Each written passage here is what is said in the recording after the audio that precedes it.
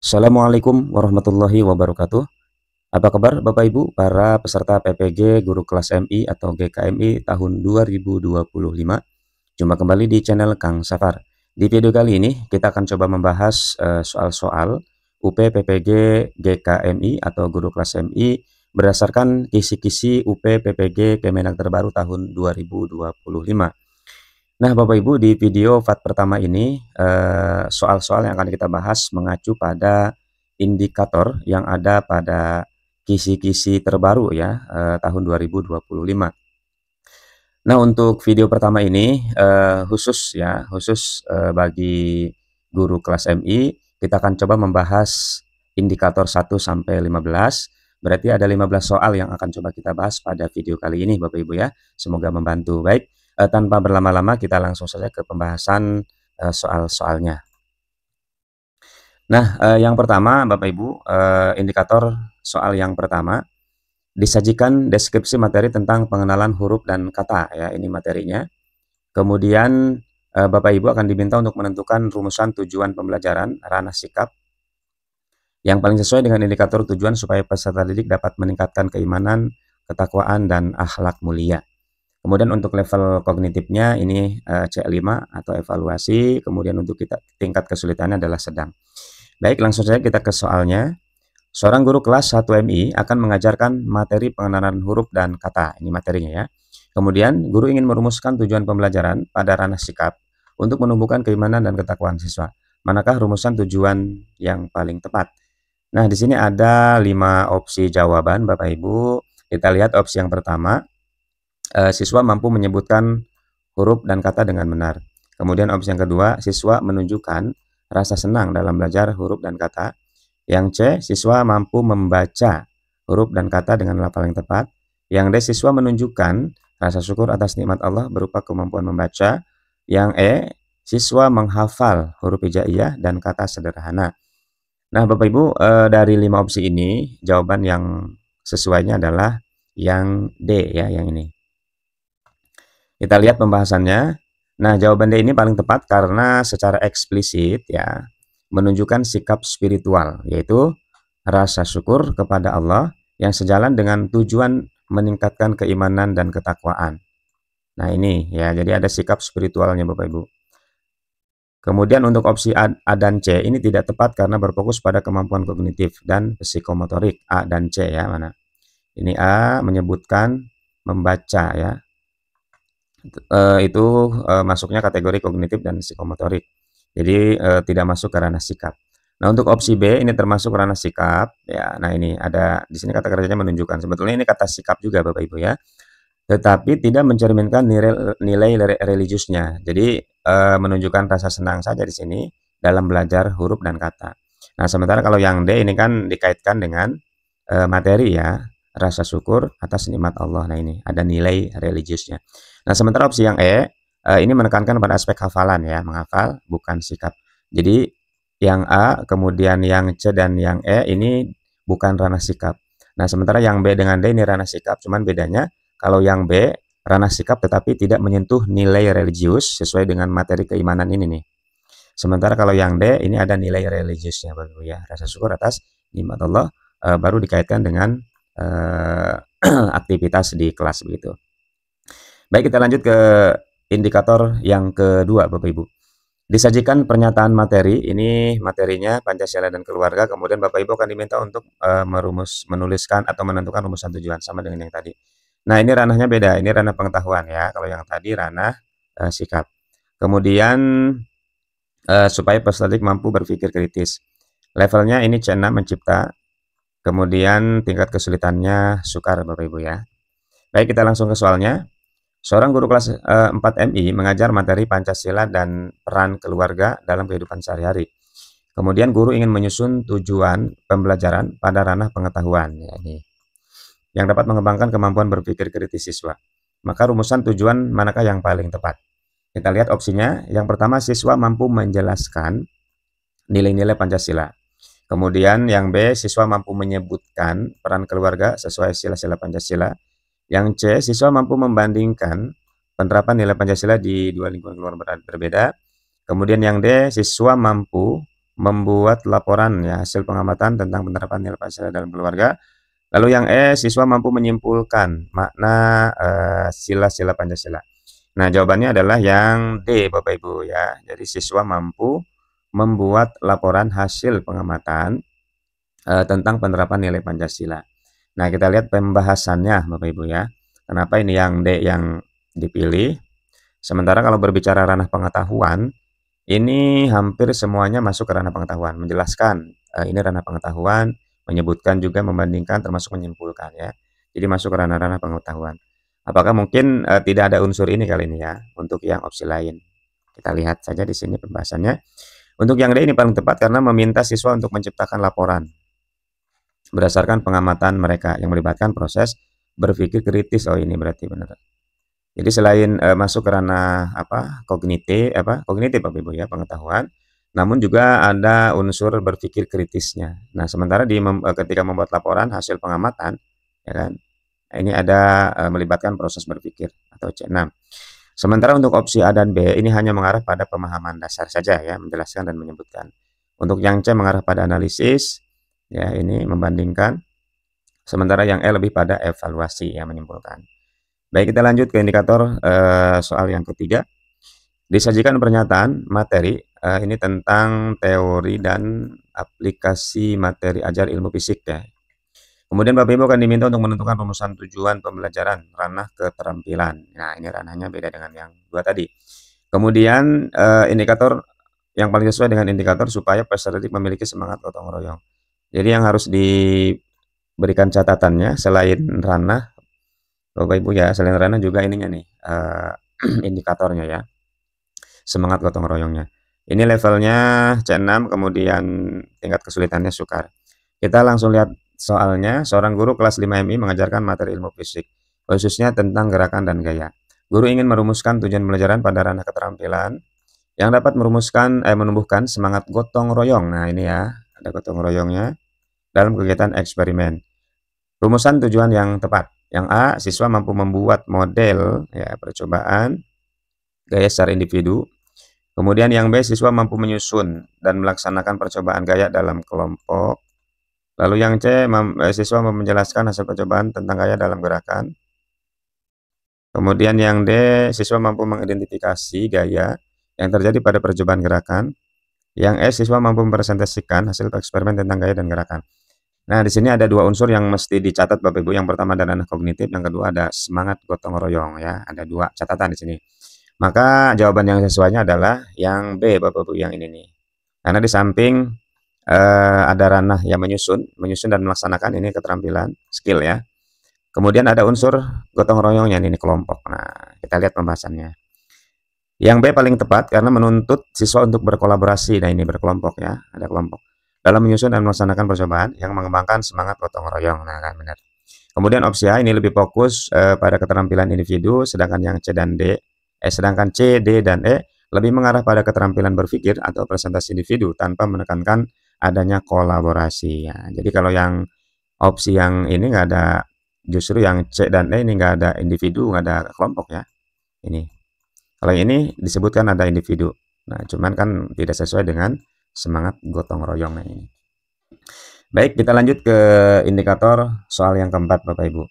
Disajikan deskripsi kasus pengembangan materi tentang diri sendiri dan keluarga atau lingkungan sekitar. Kemudian Bapak Ibu akan diminta untuk menentukan rumusan tujuan, ranahnya ranah sikap. Nah, ranah sikap lagi nih. Yang paling sesuai dengan materi supaya peserta didik memiliki sikap penerimaan terhadap tradisi. Oke. Adaptif ya ini ya. Ada unsur adaptifnya. Nah, level kognitifnya ini level 5, lalu tingkat kesulitannya sedang. Kita lihat soalnya. Seorang guru kelas 3 MI mengajarkan materi diri sendiri dan keluarga atau lingkungan sekitar. Guru ingin menyusun tujuan pembelajaran pada ranah sikap untuk menumbuhkan sikap penerimaan terhadap tradisi. Manakah rumusan tujuan yang paling tepat? Yang A, siswa mampu menjelaskan tradisi yang ada di keluarganya. Oke. Kemudian yang B, siswa mampu menunjukkan sikap menghargai tradisi yang ada di lingkungan sekitar. Yang C, siswa mampu menceritakan pengalaman tentang tradisi keluarga. D, siswa mampu membandingkan tradisi yang ada di berbagai daerah. Yang E, siswa mampu menghafal tradisi-tradisi yang ada di Indonesia. Maka jawaban yang sesuainya adalah yang B, Bapak Ibu ya. sesuai dengan kata kerja yang ada di sini. Menunjukkan, ya menunjukkan ini adalah termasuk kata kerja ranah ini nih, sikap, ya menunjukkan. Kita lihat pembahasannya. Yang B tepat karena menekankan sikapnya ini ya, untuk menghargai tradisi di lingkungan sekitar, yang menunjukkan penerimaan terhadap tradisi tersebut. Kemudian untuk opsi A dan C ini lebih fokus pada pemahaman atau pengalaman pribadi tanpa menekankan sikap. Nah, ini yang A dengan yang C ya.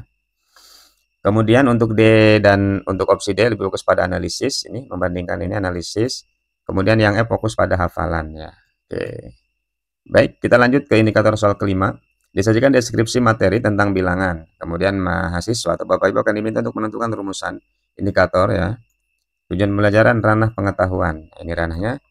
Yang paling sesuai dengan materi supaya peserta didik memiliki kemampuan berpikir dinamis dan inovatif. Nah ini mesti dijadikan catatan Bapak Ibu ya. Jadi ranah pengetahuan, kemudian juga ada unsur berpikir dinamis dan inovatifnya. Ada inovasi.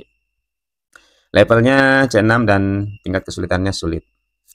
Baik, kita lihat soalnya Bapak Ibu, seorang guru kelas 4 MI mengajarkan materi bilangan dalam mata pelajaran matematika. Kemudian guru ingin merancang indikator tujuan pembelajaran pada ranah pengetahuan yang mendorong peserta didik berpikir dinamis dan inovatif ya. Rumusan indikator yang paling tepat. Kita lihat yang A, siswa mampu menyebutkan jenis-jenis bilangan dan contohnya dengan benar. Kemudian yang B, siswa mampu menjelaskan perbedaan antara bilangan prima dan bilangan komposit. Lalu yang C, siswa mampu menyelesaikan soal operasi hitung bilangan yang tepat. Yang D, siswa mampu menyusun strategi baru untuk menyelesaikan masalah terkait bilangan dalam kehidupan sehari-hari. Lalu yang E, siswa mampu mengurutkan bilangan dari yang terkecil hingga yang terbesar. Maka jawabannya adalah yang D, Bapak Ibu ini ya. Kita lihat langsung pembahasannya. Untuk jawaban yang D ini paling tepat karena menuntut siswa menciptakan strategi baru ya. Nah ini ada strategi baru yang merupakan ciri khas dari berpikir dinamis dan inovatif Bapak Ibu. Nah ini kata kuncinya ya. Jadi ada hal yang baru di sini yang yang dimunculkan di opsi D ini sesuai dengan cara berpikir dinamis dan inovatif.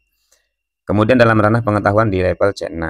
Jadi menyusun ini termasuk level ranah pengetahuan. Kemudian untuk opsi A dan E hanya menguji pengetahuan dasar saja atau C1. Kemudian B termasuk C2 dan C termasuk C3 ya, semuanya belum mencerminkan kemampuan mencipta atau inovasi. Baik Bapak Ibu, kita lanjut ke indikator soal ke-6 ya, indikator soal ke-6. Disajikan deskripsi aktivitas pembelajaran guru dalam perencanaan tujuan pembelajaran pada materi bahasa Indonesia dengan pendekatan PBL. Nah, ini pendekatan PBL Bapak Ibu. Problem based learning ya.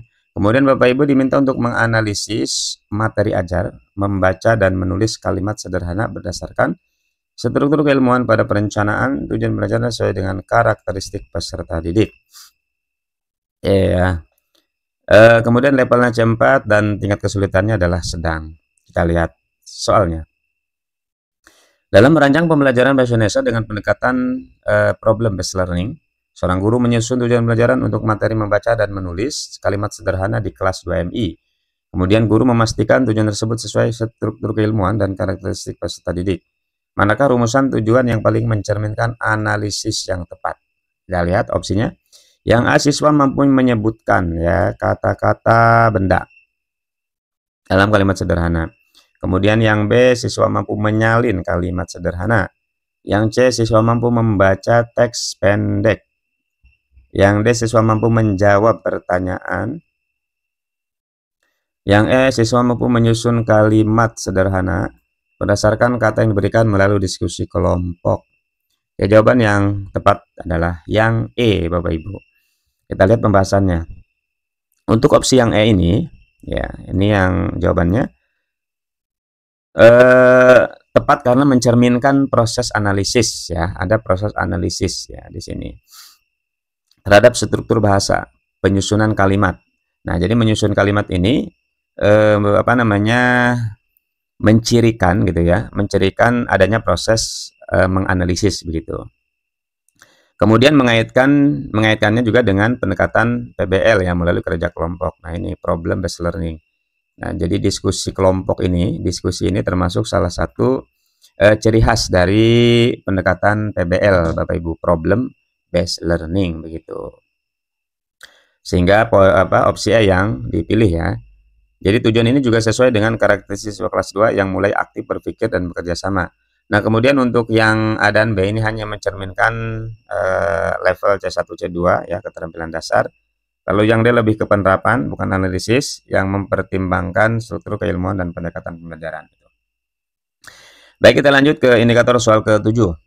Disajikan deskripsi aktivitas guru dalam pelaksanaan tujuan pembelajaran pada materi pendidikan Pancasila ya. Pelaksanaan tujuan. Kemudian ininya pendekatannya PJBL, Project Based Learning. Bapak Ibu diminta untuk menganalisis juga di sini materi kehidupan sosial di masyarakat berdasarkan struktur keilmuan pada pelaksanaan pembelajaran sesuai dengan karakter peserta didik. Nah, jadi di samping pendekatan yang membedakan di setiap indikator yang ini nih, yang tadi dengan yang sekarang termasuk nanti yang setelahnya, pendekatannya beda dan kemudian ininya juga beda nih ya. Nanti ada pada perencanaan, yang ini pelaksanaan ya. Kemudian levelnya C4, kemudian tingkat kesulitannya adalah sedang. Kita langsung saja ke soal.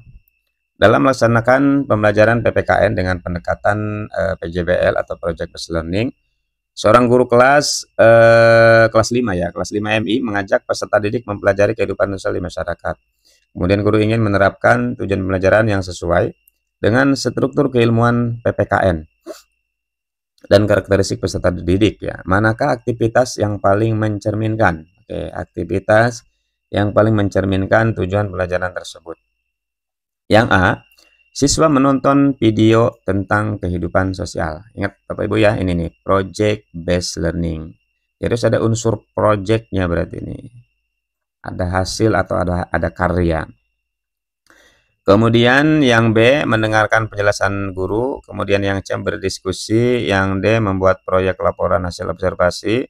Lalu yang E, menjawab pertanyaan. Nah, sebetulnya dari sini juga sudah nampak untuk jawabannya sesuai dengan pendekatan PJBL Bapak Ibu ya, yang ini nih. Ini jawaban yang D, kita lihat pembahasannya biar lebih jelas. Yang D paling tepat karena siswa diajak menganalisis kehidupan sosial secara langsung ya. Nah, jadi ada apa namanya? Ada penekanan gitu ya kepada bagaimana menganalisis kehidupan sosial. Ini nih ya, kehidupan sosial secara langsung melalui observasi dan menyajikannya dalam bentuk proyek. Nah, ini dari observasi juga ini masuk ke ciri khas PJBL ya, selain proyek. Kalau proyek udah jelas ya. Nah, barangkali nanti di setiap opsinya tidak ada kata proyek Bapak Ibu. Maka tinggal dilihat ciri yang lainnya seperti misalkan observasi ya. Ini juga termasuk salah satu ciri dari pendekatan PJBL. Lalu juga ada apa namanya, dikaitkan dengan kehidupan sosial secara langsung. Kemudian nah juga ada ini menggabungkan pengetahuan ya, sikap dan keterampilan. Nah, PJBL itu ada 3 unsur di dalamnya. Kemudian untuk opsi A dan B ini hanya menyentuh aspek pasif saja, menonton dan mendengarkan. Jadi tidak aktif gitu ya. Lalu yang C relevan secara konteks. Yang C berdiskusi ya tentang pengalaman pribadi ya, hampir mendekati, namun tidak cukup menunjukkan proses analisis terstruktur gitu. Lalu yang E lebih menekankan pada pemahaman, jadi bukan pada analisis. Baik, kita lanjut ke indikator soal yang ke-8. Disajikan narasi kasus guru melakukan evaluasi pembelajaran pada materi ilmu pengetahuan alam dengan pendekatan diferensiasi based learning atau DBL Bapak Ibu. Jadi sekali lagi ini mesti diperhatikan Bapak Ibu, pendekatan DBL ini di kisi-kisi hanya dituliskan singkatan DBL ya. Jadi Bapak Ibu bisa sambil ngecek di modul ya, di modul pembelajarannya, modul PPG, modul pedagogik ya. Karena khawatir DBL yang ada di kisi-kisi diartikan D-nya itu bukan diferensiasi tapi discovery ya. Memang ini bisa menimbulkan penafsiran yang beda ya ketika hanya dituliskan DBL saja gitu ya. Makanya nanti silahkan dicek kembali di modul pedagogiknya, DBL yang dimaksud ini adalah diferensiasi based learning gitu ya Bapak Ibu. Kemudian Bapak Ibu dapat menguraikan materi ilmu kehidupan atau getaran dan gelombang dalam evaluasi tujuan pembelajaran. Kemudian ini sesuai dengan karakteristik peserta didik. Levelnya C4, tingkat kesulitannya sedang. Kita lihat soalnya. Seorang guru kelas 6 MI mengajar materi getaran dan gelombang dengan pendekatan diferensiasi based learning atau DBL. Dalam tahap evaluasi, guru ingin memastikan bahwa seluruh siswa dapat menunjukkan pemahaman mereka sesuai dengan kemampuan, minat, dan gaya belajar masing-masing. Nah, jadi Bapak Ibu, untuk pendekatan DBL ini didasarkan pada perbedaan individu ya, perbedaan individu peserta didik. Nah, maka di sini dari mulai latar belakang kemampuan, ya kan, kemudian minat, nah, termasuk juga gaya belajar kan masing-masing siswa beda-beda gitu ya. Makanya di sini kan dari narasi yang ada di sini disebutkan seperti ini, sesuai dengan pendekatan DBL. Nah, manakah bentuk evaluasi yang paling sesuai dengan prinsip DBL? Kita lihat. Yang A, siswa menyusun laporan tertulis tentang proses terjadinya getaran dan gelombang. Belum muncul Bapak Ibu ya. Di opsi ini ciri khas dari DBL, prinsip diferensiasi. Kemudian yang B, semua siswa mengerjakan soal pilihan ganda dalam waktu yang sama. Semua siswa. Kemudian yang C, siswa menyalin materi dan menyusun soal esai yang telah disiapkan guru. Ini juga biasa saja. Kemudian yang D, siswa memilih sendiri cara menunjukkan pemahamannya seperti membuat poster, menulis cerita, atau mempresentasikan hasil pengamatan. Lalu yang E, siswa diminta menjawab pertanyaan lisan berdasarkan bacaan yang diberikan guru. Nah, di sini kita lihat jawaban yang sesuai adalah yang D, Bapak Ibu. Ya, nah, karena di jawaban yang D ini dia memberikan pilihan gitu ya, memberikan pilihan kepada siswa untuk menunjukkan pemahamannya sesuai dengan ini opsi yang diberikan oleh guru. Jadi ada opsi juga di sini, ada pilihan. Nah, ini juga termasuk salah satu ciri dari pendekatan diferensiasi. Kita lihat pembahasannya biar lebih jelas. Nah, yang D ini paling tepat karena sesuai dengan prinsip DPL, yaitu memberikan ruang. Nah, ini Bapak Ibu ya, memberikan ruang bagi peserta didik untuk menunjukkan pemahaman melalui beragam cara sesuai dengan kebutuhan, kemudian minat, dan juga gaya belajar masing-masing. Kemudian evaluasi macam ini mencerminkan pendekatan yang adil dan adaptif terhadap karakteristik individu. Nah, kemudian sementara untuk opsi yang A, ini bersifat tunggal dan tidak membedakan gaya belajar. Opsi yang B dan C menekankan keseragaman. Ya, jadi tidak melihat perbedaan lah gitu ya. Tidak mencerminkan perbedaan untuk di opsi B dan C. Sementara yang E hanya cocok untuk siswa dengan gaya belajar auditori dan tidak bersifat diferensiasi. Baik, kita lanjut ke soal nomor indikator soal 9. Disajikan pernyataan praktik pedagogik tentang perencanaan. Nah, Bapak Ibu sambil diperhatikan ya yang ditebalkan nih. Perencanaan materi ajar ilmu pengetahuan sosial secara logis dengan pendekatan TPACK. TPACK itu Bapak Ibu adalah teknologi ya, atau pembelajaran berbasis teknologi gitu. Atau mengkombinasikan antara pembelajaran dengan teknologi. Jadi ada unsur teknologinya di sini. TPACK, teknologikal, pedagogikal. Nah, ini kepanjangannya ya, konten dan content knowledge. Nah, kemudian Bapak Ibu akan diminta untuk menentukan alur ya, alur materi ajar kehidupan sosial budaya dalam perencanaan tujuan pelajaran. Sesuai ini, kemudian levelnya C3, tingkat kesulitannya mudah. Kita lihat soalnya. Seorang guru akan merencanakan pelajaran IPS dan kehidupan sosial dan budaya dengan pendekatan TPACK. Alur materi ajar yang sesuai dalam perencanaan. Tujuan pelajaran berbasis karakteristik peserta didik adalah yang A, menyampaikan materi melalui ceramah. Kemudian yang B, menyusun materi berdasarkan urutan bab dalam buku cetak. Yang C, menggabungkan konten, sosial budaya, strategi diskusi kelompok, dan penggunaan media digital aktif. Yang D, memberikan tugas membaca artikel tanpa diskusi. Yang E, memutar film dokumenter tanpa memberikan aktivitas lanjutan. Nah, kalau sudah berbicara TPACK Bapak Ibu, nah jadi kita lihat nih, menggabungkan. Nah, ini ya. Jadi yang C ini jawaban yang sesuainya. Menggabungkan, ada kontennya di sini, kemudian ada penggunaan digital. Yang C. Kita lihat penjelasan biar lebih jelas.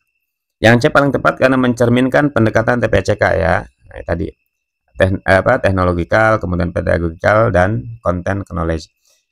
Guru menyusun alur materi dengan menggabungkan konten. Nah, ada konten ya kan, ada unsur konten nih. Materi sosial budaya, strategi pedagogis, diskusi kelompok. Ini juga bagian dari ciri khas TPCK. Dan juga ini yang paling penting di sini nih, ada unsur teknologinya, yaitu media digital ini nih Bapak Ibu. Ya. Yang relevan dengan karakteristik peserta didik saat ini ya. Sementara untuk opsi yang lain ini tidak mencerminkan adanya integrasi TPACK gitu. Ada tapi ya hanya belum sepenuhnya secara utuh gitu, belum utuh gitu. Baik, kita lanjut ke indikator soal ke-10. Disajikan pernyataan praktik pedagogik tentang pelaksanaan. Tadi perencanaan sekarang pelaksanaan ya. Pendekatannya ini DL Bapak Ibu, deep learning ya, atau pembelajaran mendalam. Bapak Ibu diminta untuk menentukan alur materi sama dengan yang tadi, cuma di sini pada pelaksanaan tujuan pelajaran ya. Ininya levelnya sama dengan yang tadi C3 dan juga mudah. Kita lihat soalnya. Dalam pelaksanaan pembelajaran dengan pendekatan deep learning atau pembelajaran mendalam, guru ingin menyusun alur materi bilangan pecahan agar siswa memahami konsep cara mendalam. Ini ya. Mendalam dan bermakna ini deep learning itu ya. Nah, alur materi pembelajaran yang tepat. Kita lihat di sini yang A, memberikan definisi pecahan. Oke. Yang B, menyajikan pecahan dalam bentuk gambar konkret, lalu mengaitkan dengan situasi nyata sebelum masuk ke bentuk simbolik. Yang C, menugaskan siswa menghafal jenis-jenis pecahan. Yang D, memberikan soal ujian sejak awal untuk mengukur pemahaman. Yang M, menjelaskan. Oke, kelihatan yang lengkap adalah yang ini Bapak Ibu, yang B ya. Nah, ini jawaban yang B. Kita lihat pembahasannya. Yang B paling tepat karena sesuai prinsip deep learning, yaitu membangun pemahaman bermakna dan mendalam melalui representasi konkret dan kontekstual. Nah ini ya, menyajikan pecahan dalam bentuk gambar konkret, kemudian kontekstual itu mana? Nah ini mengaitkan dengan situasi nyata. Nah ini adalah kontekstual Bapak Ibu ya. Kontekstual itu adalah mengaitkan kegiatan pembelajaran dengan situasi nyata gitu. Itu adalah kontekstual. Kemudian siswa dikenalkan dulu dengan visualisasi pecahan, jadi bertahap ya. Lalu dikaitkan ke kehidupan nyata, baru masuk ke simbol matematika. Nah itu adalah ciri khas dari pendekatan deep learning. Kemudian untuk opsi yang lain ini terlalu permukaan, jadi kurang melibatkan proses berpikir mendalam sesuai dengan ini deep learning ini ya. Selanjutnya untuk indikator soal yang ke-11, kita lihat di sini Bapak Ibu. Disajikan pernyataan praktik pedagogik tentang pelaksanaan. Oke, pelaksanaan ya. Materi ajar pembelajaran tematik secara logis. Tematik secara logis dengan model pelayanan konseling. Nah, ini pendekatannya. Kemudian Bapak Ibu diminta untuk menentukan alur materi ajar karakteristik pembelajaran tematik dalam mengevaluasi tujuan pembelajaran. Mengevaluasi ya, tujuan pembelajaran. Kemudian levelnya C3, ininya tingkat kesulitannya mudah. Langsung ke soal. Seorang guru melaksanakan pembelajaran tematik ya di kelas awal dengan mengintegrasikan layanan konseling. Layanan konseling. Kita garis bawah ini yang ininya. Untuk membantu peserta didik memahami emosi dan sikap sosial. Dalam mengevaluasi tujuan pembelajaran, alur materi ajar yang tepat. Kita lihat opsi-opsinya Bapak Ibu. Yang A, menyusun materi ajar ya, menyusun materi ajar berdasarkan buku paket. Kemudian yang B, mengelompokkan materi berdasarkan mata pelajaran. Yang C, merancang materi ajar secara terpadu berdasarkan tema dan subtema yang kontekstual. Oke. Lalu yang D, menyusun materi ajar berdasarkan urutan kurikulum. Yang E, mengajarkan materi ajar secara terpisah tiap kompetensi dasar. Nah, dari opsi ini Bapak Ibu, maka jawaban yang sesuainya adalah yang C. Nah, karena kita lihat di sini pembelajaran tematik. Kalau tematik itu kan ada tema-temanya Bapak Ibu ya. Ada tema, kemudian ada subtemanya. Kita lihat penjelasannya, pembahasannya biar lebih jelas. Yang C ini paling tepat karena mencerminkan karakteristik pembelajaran tematik yang terpadu. Nah, ini ya. dan kontekstual. Kontekstual itu adalah mengaitkan kegiatan pembelajaran dengan situasi nyata. Kemudian mendukung proses evaluasi yang relevan dengan kondisi peserta didik. Ya, integrasi tema dan subtema membantu siswa memahami keterkaitan antar materi secara utuh, gitu ya. Kemudian untuk opsi yang A dan D ini terlalu terstruktur, ya, tidak ada atau tanpa tema. Untuk yang ini ya, A dan D. Kemudian untuk yang B dan E ini bersifat parsial dan tidak sesuai dengan pendekatan tematik, gitu. Baik, kita lanjut ke indikator soal ke-12, Bapak Ibu. Disajikan pernyataan praktik pedagogik tentang pelaksanaan program P5 ya, secara logis. Kemudian Bapak Ibu akan diminta untuk menentukan pengembangan materinya nih ya. Pengembangan materi P5 dalam apa? Dalam merencanakan tujuan pembelajaran. Kemudian levelnya C4, lalu tingkat kesulitannya adalah sedang. Kita lihat soalnya Bapak Ibu. Dalam pelaksanaan program P5, guru ingin menyusun tujuan pembelajaran yang sesuai dengan nilai gotong royong. Ia berencana mengembangkan materi ajar berbasis proyek sosial di lingkungan sekolah. Berbasis proyek di lingkungan sekolah. Kalau pendekatan pembelajarannya ini PJBL Bapak Ibu ya, Project Based Learning. Pengembangan materi ajar yang paling tepat untuk merencanakan tujuan pembelajaran tersebut adalah, nah, opsi yang sesuai untuk pengembangan materi yang pertama kita lihat yang A, memberikan teks bacaan tentang arti gotong royong. Oke. Lalu yang B, mengajak siswa membersihkan kelas. Mengajak untuk membersihkan kelas. Yang C, menugaskan siswa menyusun rencana kegiatan bakti sosial di sekitar sekolah secara berkelompok. Kemudian yang D, memberikan soal pilihan ganda. Yang E, memutar video tentang pentingnya gotong royong. Maka opsi yang sesuai adalah yang C, Bapak Ibu. Kita lihat pembahasannya biar lebih jelas ya. Nah, untuk yang C, ini paling tepat karena mencerminkan pengembangan materi ajar yang kontekstual ya, mengaitkan dengan kehidupan nyata. Nah, di sini ada kan dikaitkan tuh di sekitar sekolah. Kegiatan bakti sosial di sekitar sekolah. Dan kolaboratif. Nah, ada ini berkelompok nih Bapak Ibu ya. Sesuai dengan nilai P5 ya, khususnya gotong royong. Nah, ini juga kan masih di garis bawah ini ada unsur gotong royong di sini. Prinsip gotong royong. Maka yang masuk dalam kategori gotong royong ini beberapa cirinya ya ini nih, berkelompok ini ya. Tidak individu gitu ya, atau tidak parsial. Siswa terlibat langsung dalam merencanakan kegiatan nyata yang sejalan dengan perencanaan tujuan pembelajaran berbasis karakter dan aksi. Sementara untuk opsi yang A dan E ini bersifat informatif saja, hanya memberikan informasi saja ya untuk A dan E. Sementara untuk D ini tidak sesuai dengan yang B ya, yang B kurang sistematis, sementara yang D ini tidak sesuai dengan konteks proyek gitu. Baik, kita langsung lanjut ke indikator soal ke-13 Bapak Ibu. Nah, yang ke-13 ini disajikan pernyataan praktik pedagogik tentang pelaksanaan program penguatan profil pelajar rahmatan lil alamin atau PPRA ya. Nah, ini. Kemudian Bapak Ibu akan diminta untuk menentukan pengembangan materi juga sama dengan yang tadi, cuman beda materi ya. Ini nilai-nilai PPRA dalam melaksanakan tujuan pembelajaran. Kemudian levelnya C3, tingkat kesulitannya mudah. Kita lihat soalnya. Dalam pelaksanaan program penguatan profil pelajar rahmatan lil alamin atau PPRA ya, guru ingin mengembangkan materi ajar yang mencerminkan nilai-nilai Islam yang membawa kedamaian, kemudian dan kasih sayang bagi semesta. Nah, berdasarkan prinsip tersebut, manakah bentuk pengembangan materi ajar yang paling tepat dalam pelaksanaan tujuan pembelajaran? Baik, kita lihat opsinya Bapak. Yang A ini adalah menugaskan siswa membuat poster. Yang B memberikan ceramah. Yang C mengajak siswa berdiskusi dan merancang proyek sosial untuk membantu tetangga yang membutuhkan. Ini agak panjang nih ya, membutuhkan. Yang D memutar video. Yang C-nya memberikan soal pilihan ganda. Maka jawaban yang tepatnya adalah yang C. Kita lihat penjelasannya. Yang C paling tepat karena menggambarkan pengembangan materi ajar yang menekankan nilai rahmat ya. Nilai rahmat, rahmat itu adalah ini nih, kasih Bapak Ibu ya. Kasih sayang.